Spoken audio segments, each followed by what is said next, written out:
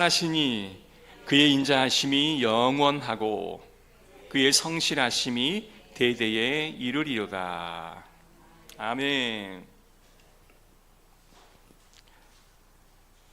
오늘 설교의 제목이 감사하며 살아가요 라는 제목입니다. 여러분 감사하고 계십니까? 뜬금없이 갑자기 감사하고 계십니까? 라고 하면 꽤나 좀 당혹스러울 것 같은데요. 감사하며 사는 것이 많은 사람들이 원하는 일이긴 하지만 쉽지가 않습니다. 정작 감사할 일이 생겨도 침묵할 때가 많고요. 더 나아가서는 불평할 때가 더 많다라고 생각이 들어집니다. 데살로니가전서 5장 18절에 보면 범사에 감사하라, 이것이 하나님의 뜻이니라. 이 말씀의 가장 큰 핵심은 범사에 감사하라, 이것이 바로 하나님의 뜻이다 라고 말하는 거예요. 범사에 감사하는 것이 하나님의 뜻임을 전제로 하고 오늘 이 본문의 말씀을 듣기를 간절히 바랍니다. 여러분, 작은 일에 감사해야 한다라고 말을 하는데요, 작은 일에 감사해야 우리가 범사에 감사할 수가 있지요. 우리 옆에 사람에게 한번 그렇게 감사를 표현해 주셨으면 좋겠습니다. 옆에 사람이 없으면 뒷사람에게 옆에 있어서 주셔서 감사합니다, 이렇게 한번 해볼까요? 옆에 있어 주셔서 감사합니다.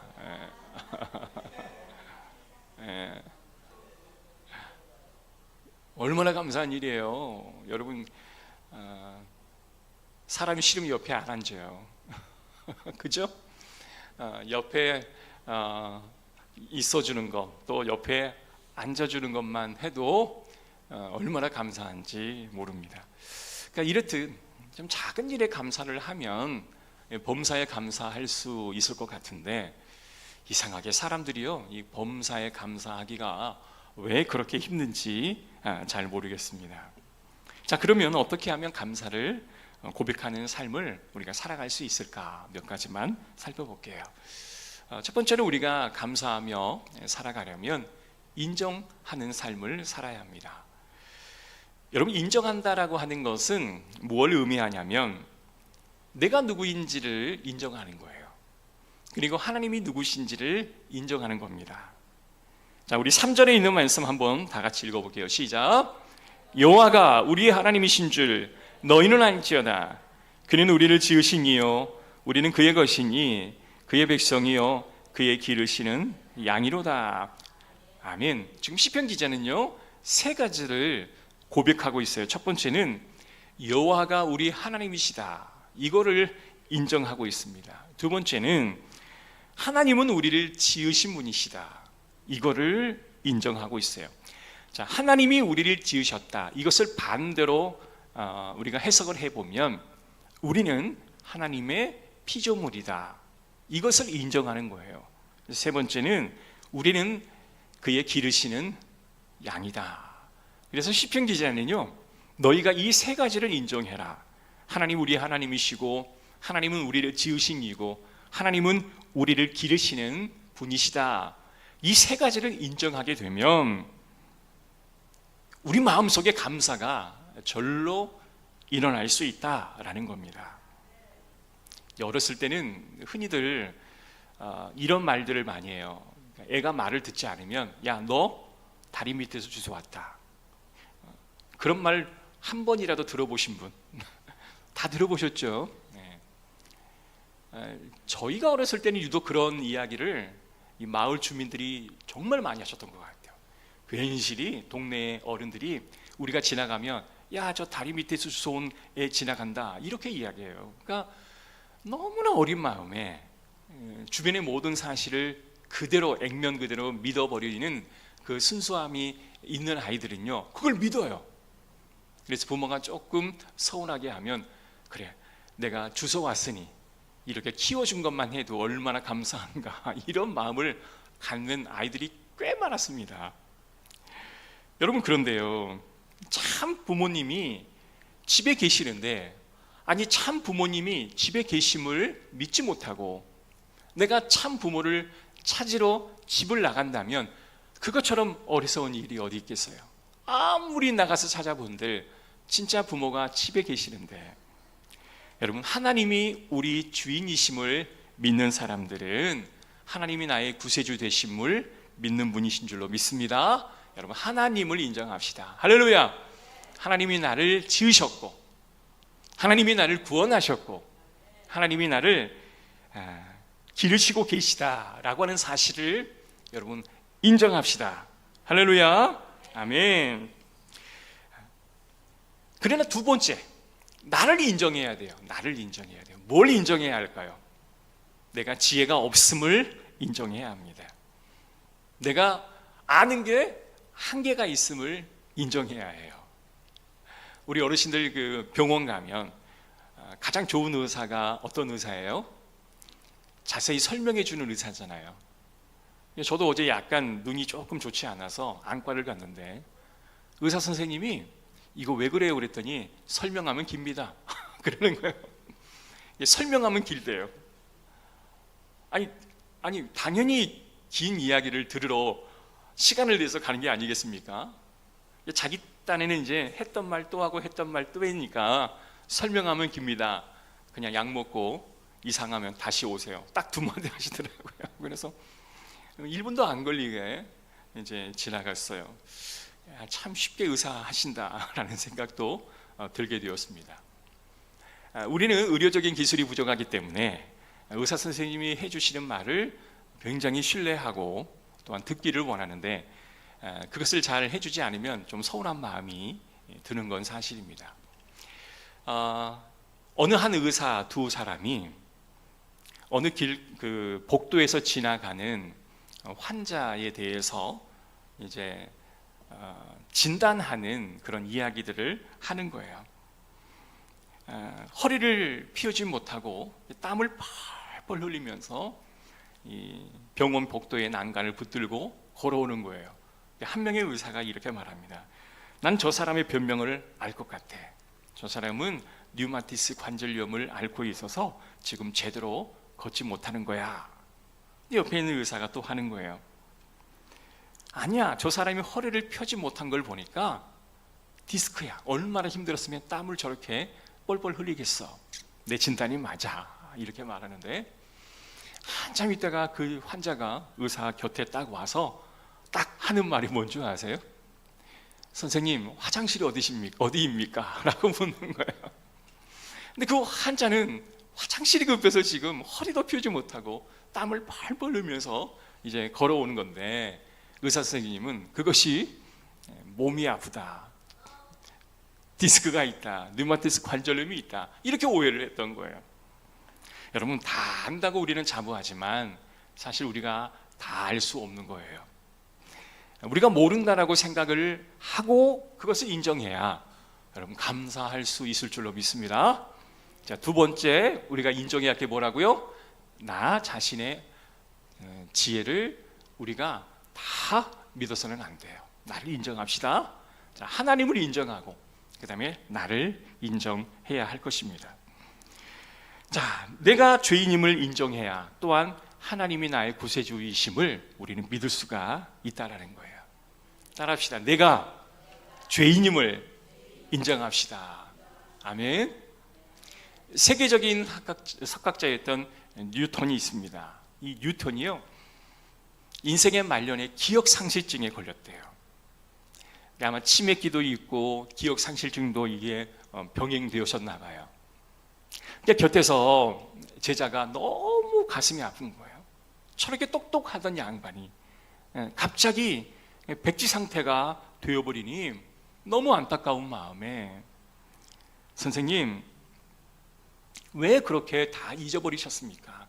선생님같이 똑똑한 분이셨는데 왜 그렇게 모든 걸 다 잊어버리셨습니까? 근데 뉴턴이 딱 이 말을 하더래요. 그래, 나는 다 잊어버렸는데 딱 두 가지는 내가 잊지 않았네. 첫 번째는 내가 죄인이라는 사실과 나를 구원해 주신 분이 여호와 하나님이라는 사실, 나는 이 두 가지는 잊지 않았다네.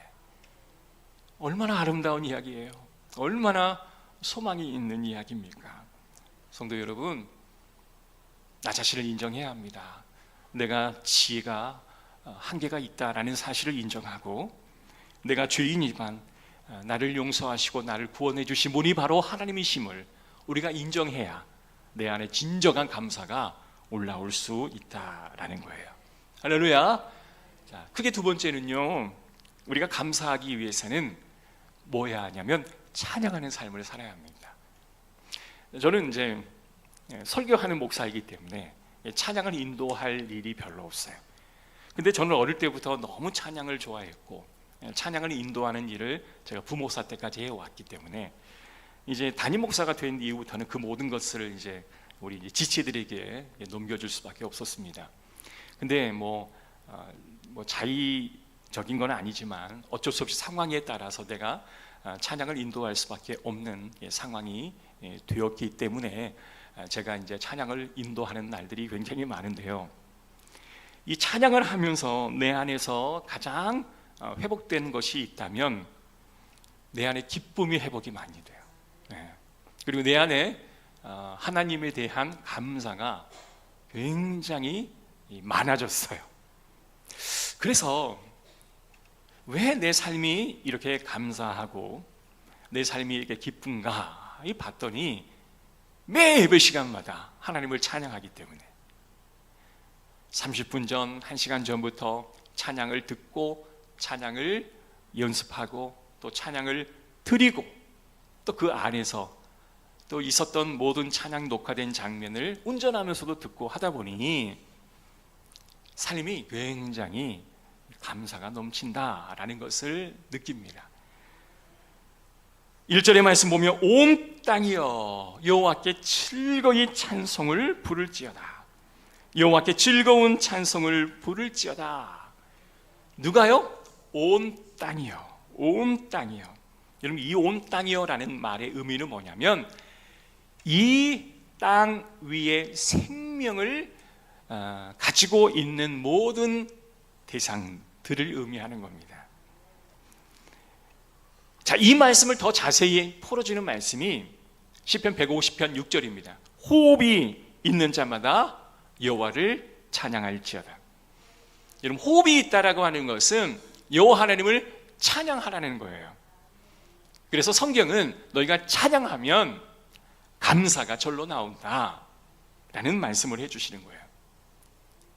전에도 말씀드렸죠. 여러분, 화가 나면 증상이 어때요? 신체화가 나타나는데 화가 막 났어요. 그럼 뭘 못한다 그랬어요? 호흡을 못해요. 화가 딱 나면 정상적으로 들숨날숨을 해야 되는데 이 들숨날숨이 안 되는 거예요. 그러니까 갑자기 호흡이 가파지는 거예요. 이게 왜요? 숨이 쉬어지지 않기 때문에. 사람이 화가 나면 숨이 쉬어지지가 않아요. 그래서 화가 날 때 뭘 해야 해요?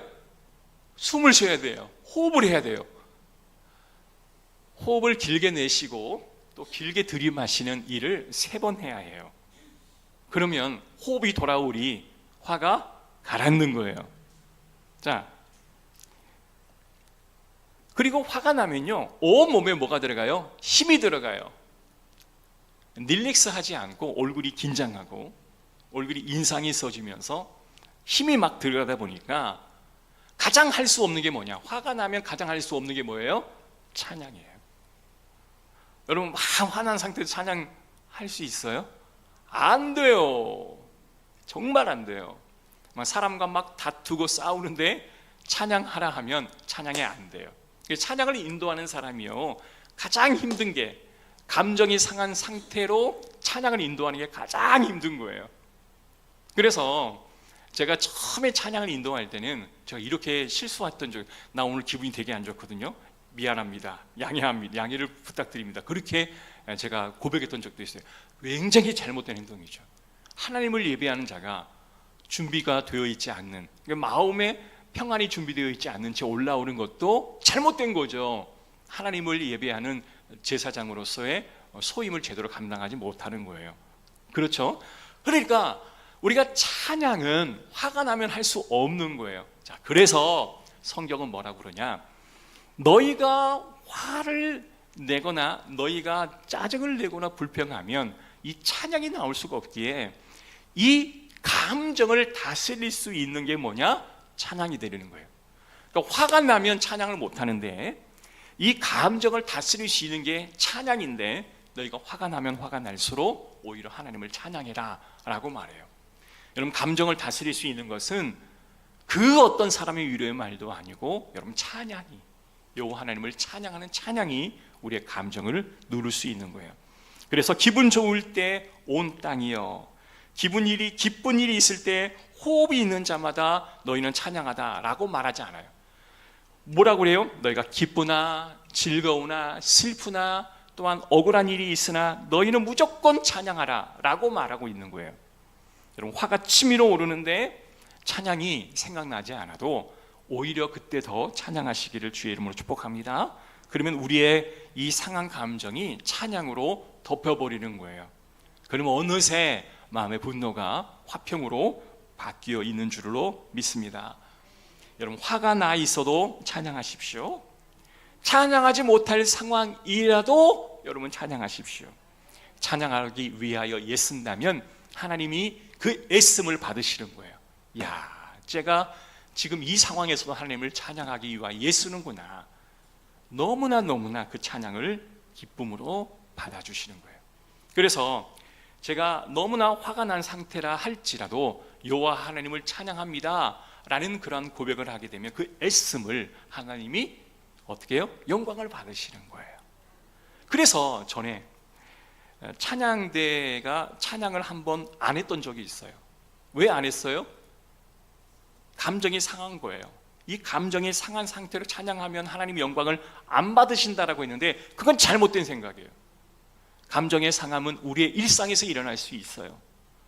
그러나 하나님을 예배하는 자는 내 감정이 어떠하든지 간에 하나님을 찬양해야 해요. 그럼 하나님 그 찬양을 더 영광스럽게 받으신 줄로 믿습니다.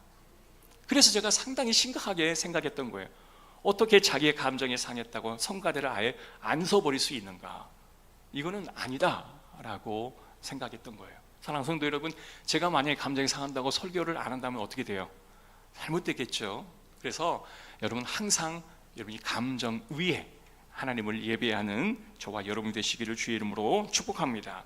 여러분, 기쁨으로 여호와를 섬기며 노래하면서 그의 앞에 나아갈지어다, 2절의 말씀을 우리는 정말 가슴 깊게 새겨야 합니다. 자, 2절 함께 다 같이 읽어볼게요. 시작. 기쁨으로 여호와를 섬기며 노래하면서 그의 앞에 나아갈지어다. 찬양하다 보면 감정이 어때요? 조절이 되기도 하고, 감정을 이기다 보면 세상이 줄 수 없는 마음을 하나님께서 주실 줄로 믿습니다. 아멘. 그래서 여러분, 기뻐도 찬양, 슬퍼도 찬양, 감정이 상해도 찬양, 너무나 기분이 좋아도 찬양. 우리는 찬양을 감정에 의해서 하는 게 아니라 감정을 이기는 그런 찬양이 되시기를 주의 이름으로 축복합니다. 그래서 감사가 늘 흘러넘치시기를 주의 이름으로 축복합니다. 자, 세 번째는요, 짧게 제가 말씀드릴게요. 감사하는 삶을 살아갑시다. 따라합시다. 감사하는 삶을 살아갑시다. 이제 맥주 감사 주일이어서 우리가 하나님 앞에 정말 감사하고 있는가를 한번 중간 체킹하는 그런 시간인데요. 이런 말이 있습니다. 노래는 부를 때까지 노래가 아니고, 종은 울릴 때까지 종이 아니고, 사랑은 표현할 때까지 사랑이 아니고, 축복은 감사할 때까지 축복이 아니다 라고 말하는 게 있어요. 그러니까 이 감사를 표현하라는 거예요. 뭐예요? 축복을 받았다면 감사를 표현해야 그 축복이 진정한 축복이 된다라는 겁니다. 자, 4절 읽어봅시다. 시작. 감사함으로 그의 문에 들어가며 찬송함으로 그의 궁전에 들어가서 그에게 감사하며 그의 이름을. 자, 감사로 어떤 문에 들어가라고요? 그의 문. 그의 문은 누구예요? 예수 그리스도의 문을 의미하는 겁니다. 그러니까 감사로 그리스도의 문에 들어가는 것 자체는 하나님의 나라에 들어가는 것을 의미하는 거예요. 자, 내 삶이 지옥과 같다 여러분 생각한다면 이 지옥과 같은 이 삶이요 천국으로 바뀌어야 하는 거예요. 그러면 어떻게 천국으로 바뀌냐? 감사가 참 신기하게도 내가 감사하는 삶을 계속 살면 이 지옥 같은 삶이 천국으로 바뀐다는 거예요. 여러분 믿어지지는 않겠지만 여러분 감사하는 삶을 정말 살아보시기를 주의 이름으로 축복합니다. 나는 지옥이다. 내 삶이 지옥과 같아. 내 직장이 지옥이고 내 가정이 지옥이다. 내 삶이 지옥이다. 이렇게 말하는 사람은 정말 지옥에 사는 사람이죠. 그러나 여러분 그때일수록 하나님 감사합니다. 하나님 그래도 이 직장 허락해 주심에 감사하고 이러한 가정을 주심에 감사하고 이러한 사람들을 내게 붙여주심에 감사합니다. 그러면요 이상하게 신기하게도요 그 지옥과 같은 그 마귀가 들끓는 그 지옥과 같은 그 현장이 갑자기 천사로 바뀌고 그 천사가 하나님 앞에 찬양을 올려드리고 막 화모니를 맞추는 그런 분위기로 바뀌어 나갈 줄로 믿습니다. 그래서 감사할 마음을 여러분 마음속에 내가 소유할 수 없다면 뭘 해야 하냐? 감사를 표현하십시오 라고 말씀드려요. 내 마음에 지금 감사가 전혀 없어요. 그런데 감사를 표현하라는 거예요. 옆에 있는 분에게 내 옆에 있어서 감사합니다. 나와 함께 있어 주셔서 감사합니다. 표현하면 어느새 내 마음에 감사가 조금씩 쌓이게 되는 거예요. 제 어렸을 때 별명이 뭔지 아세요? 제 어렸을 때 별명이 제가 중학교 정확히 기억하는 중학교 3학년 때 2학년 때 제 별명이 김범룡이었어요. 김범룡. 그러니까 가수 김범룡처럼 약간 코가 내려오고 눈이 좀 작아서 그 별명을 제가 붙였습니다. 그래서 어릴 때 제가 가장 그 핸디캡이 뭐였냐? 눈이 작은 거였어요. 가인아 너도 그랬니? 나하고 똑같은 가인이도 어릴 때 눈이 조금 핸디캡이었을 거예요. 약간 이제 수술 이뻐졌는데 저도 이제 나이를 먹으니까 이제 이 작은 눈이 이제 쌍꺼풀이 생겨요. 그래서 조금 더 크게 보이기는 한데 어릴 때는요 이 눈이 굉장히 큰 컴플렉스였어요. 눈이 작아도 너무 작은 거예요. 여러분 공감 안 하십니까? 여러분 다 눈이 다 크시죠? 그런데 이 눈이 작다라는 게요 때로는 내게 가장 그 컴플렉스이긴 하지만 이 눈이요 작은 게 또 이점이 있는 때도 있어요. 그죠? 어떨 때 이점이 있을까요? 우리 정은 성도님도 비슷한가요? 눈이 작은 게요 바람이 불면 먼지가 들어갈 확률이 그만큼 적고 또 겁이 그렇게 많지가 않아요. 그죠? 보여지는 게 많지 않다 보니까 겁이 그렇게 많지가 않다. 두려움이 많지가 않다. 이게 가장 큰 강점입니다. 여러분 세상에는 자기 나름대로의 핸디캡이 다 있고 나에게 없는 것들이 있지만 또 때로 그것이 나에게는 유익한 점이 있을 수 있다라는 거예요. 때로는 제가 생각해봐요. 이 얼굴에 눈이 크면 이뻤을까? 난 좀 별로 매력이 없었을 것 같아요. 하나님은요 그에게 맞는 그런 외형을 허락해 주신다라는 그런 믿음을 제가 갖고 있는 거예요. 여러분 작은 일에 하나님 앞에 감사하시기를 주의 이름으로 축복합니다. 그래서 하나님이 주신 은혜를 은혜로 알고 매일매일 감사를 고백하시면 하나님께서 그 은혜가 그 감사가 배가 되고 곱이 되고 제곱이 되고 하나님의 그 은혜가 엄청나게 커질 줄로 믿습니다. 아멘. 그래서 이 감사를 입으로 표현하고 또 옆에 있는 사람에게 말로 표현하는 것이 가장 중요한 것 같아요. 자, 우리 4절 한번 다 같이 다시 한번 읽어볼게요. 4절 5절입니다. 시작. 감사함으로 주님의 문에 들어가며 찬송함으로 그의 궁정에 들어가서 주님에게 감사하며 주님의 이름을 어떻게 하라? 송축할지어다. 5절 시작. 여호와는 선하심이 그의 인자하심이 영원하고 그의 성실하심이 대대에 이르리로다. 할렐루야. 여러분의 삶이 지옥 같을지라도 여러분 감사를 오늘부터 꼭 해보시면 그 지옥 같은 삶이 천국으로 바뀌어질 줄로 믿습니다. 그래서 좀 구체적으로 감사할 내용들을 좀 적어주셨으면 좋겠어요. 우리가 연말에 송구 역심 드리면 올 한 해 감사했던 제목을 적잖아요. 여러분 감사하는 내용을 적어가면 적어갈수록 이 감사가 구체화가 되더라고요. 모호하게 생각했던 그 감사가 아주 구체적으로 바뀌더라고요. 여러분 아내에게 남편에게 감사할 내용을 적어보시면 이게 굉장히 구체적이 돼요.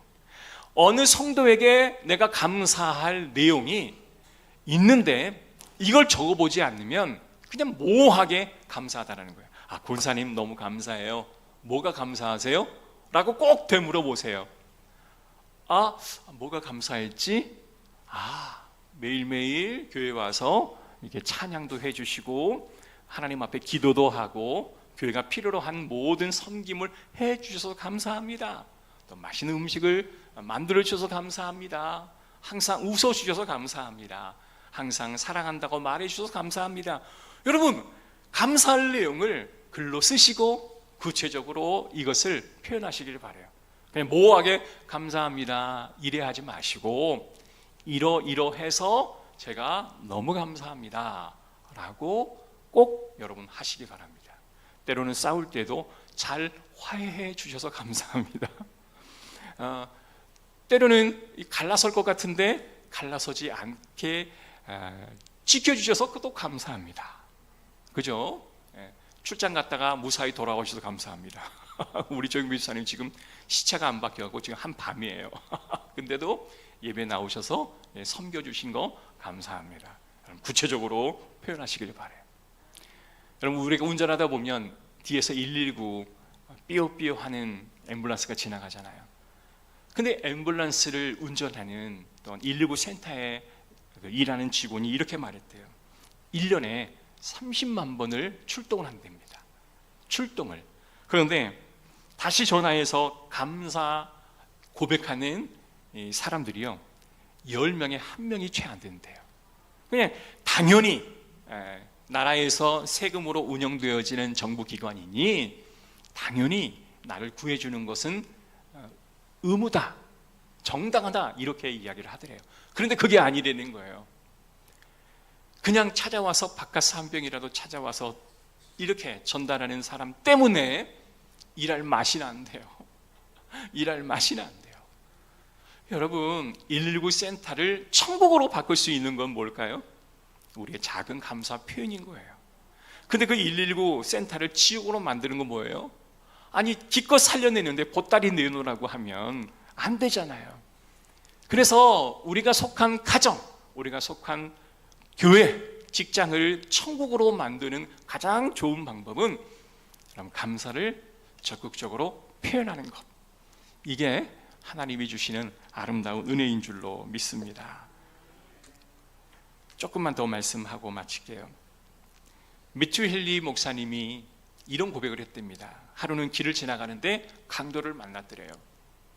근데 집에 들어가서 내가 왜 감사하는가를 적어봤더니 첫 번째, 지금까지 한 번도 강도를 당하지 않음에 감사했고, 두 번째, 내 지갑은 빼앗겼지만 목숨은 빼앗기지 않았음에 감사했고, 지갑 안에 내 전 재산이 들어있지 않음에 감사했고, 네 번째는 내가 강도가 되지 않은 것에 감사했대요.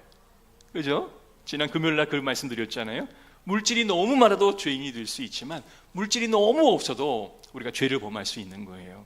그런데 그래서 적절하게 죄 범하지 않을 만큼의 물질을 주십시오 이렇게 기도했던 그런 기자의 말 때문이라도 사실 이 매튜 헨리의 목사님의 이 감사의 표현은 너무나 아름다운 표현이 아닌가 싶습니다. 우리도 지금 이민희 집사님이 우리 지우를 잘 양육해 주고 있지만 장애가 굉장히 심한 어느 한 아이를 이제 양육하던 부모가 있었습니다. 그러니까 장애가 심한 아이를 양육하는 게 그렇게 힘들잖아요. 그죠? 너무 힘이 들어요. 매일 예배 시간마다 하나님을 원망하는 기도를 했대요. 당연하겠죠. 원망의 기도를 안 하는 것 자체가 이상하지 않겠습니까? 원망의 기도를 했더래요. 그런데 어느 날 갑자기 기도하다가 찬양을 하나님 앞에 올려드리고 있는데 하나님이 막 큰 은혜로 자신에게 말씀해 주시더래요. 뭐라고 말씀하시냐면 이렇게 말씀했대요. 이 아이는 세상의 어떤 부모보다 내가 너에게 보내는 것이 이 아이를 가장 잘 양육해 줄 것 같아 이 아이를 보냈다. 근데 그 이야기를 듣는 순간 마음속에 감사가 막 넘쳐 흐르더래요.